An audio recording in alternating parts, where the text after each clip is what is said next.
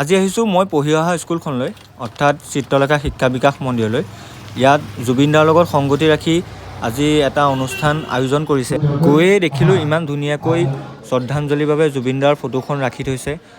দেখিয়ে মনটো বহুত দুখ লাগিলে আৰু সেইবাবে দাদাক সেৱা জনাই দাদাক আঁকিবলৈ আৰম্ভ কৰিছোঁ।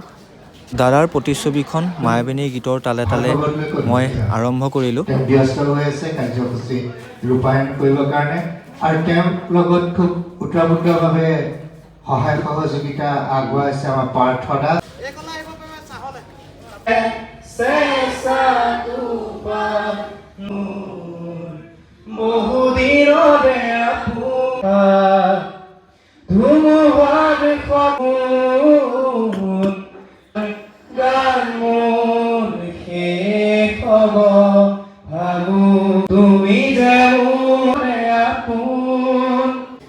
আজি পেইণ্টিংখন অকণমান বেলেগ এটা ষ্টাইলত আৰম্ভ কৰিছোঁ। মাত্ৰ 3 মিনিটৰ ভিতৰত এই পৰ্ট্ৰেইটখন মই সম্পূৰ্ণ কৰিলোঁ।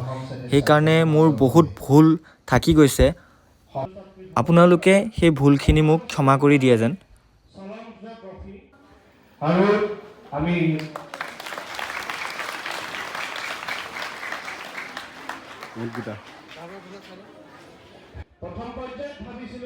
আজি মোৰ লগত আছে মোৰ বাল্যকালৰ বন্ধু পাৰ্থই বহুত সহায় কৰিলে মোক। ছবিখন কেনেকুৱা হৈছে কমেণ্ট বক্সত জনাবলৈ নাপাহৰিব।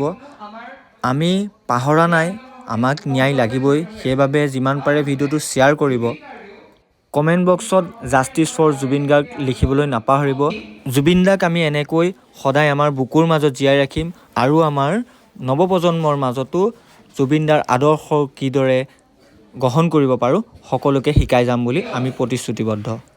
আজিলৈ ইমানেই। জয় জুবিন দা, জয় আই অসম।